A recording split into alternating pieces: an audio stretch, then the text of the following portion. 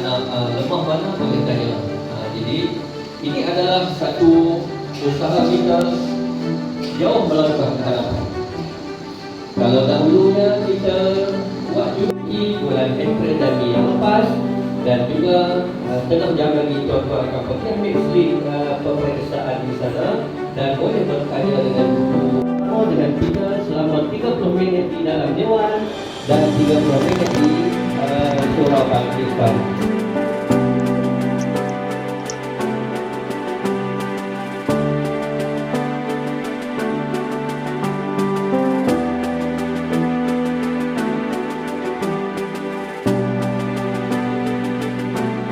Alhamdulillah, so hari ni semua berjalan lancar dekat dialog prestasi dekat SMB Al-Ma'ad. Adik saya pun mendapat respon baik daripada guru-guru kat sini. Terima kasih ikut. Alhamdulillah, program hari ni lihat nampak sokongan daripada waris, ramai waris yang datang menunjukkan sokongan terhadap anak-anak mereka lah. Ramai waris yang bagi cadangan, penambahbaikan untuk kecemerlangan anak-anak mereka. Alhamdulillah, semua berjalan lancar pada hari ini.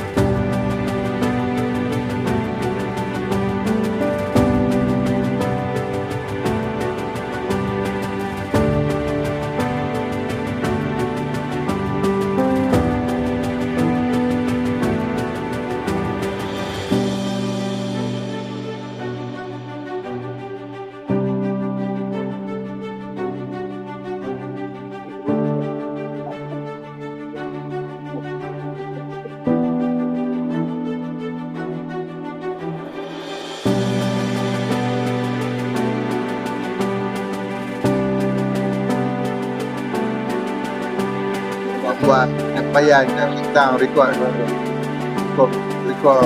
pelajar-pelajar yang mana kita dapat memberitahu kita dari masa ke semasa tentang status pembelajaran mereka di sini lah.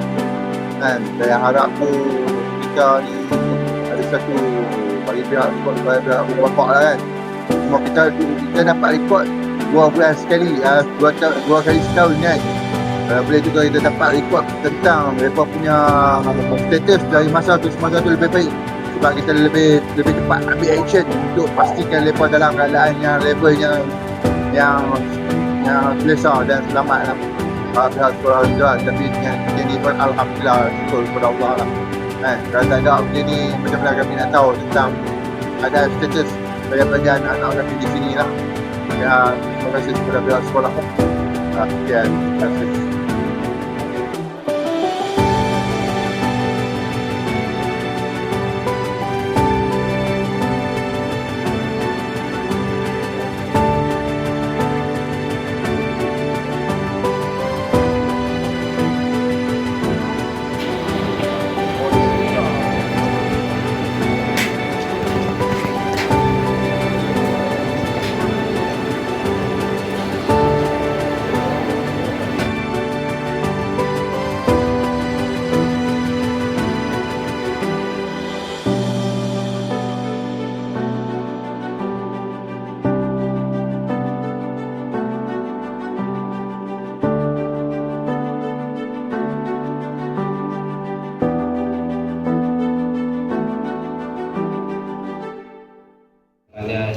Dan kita akan buat di sana.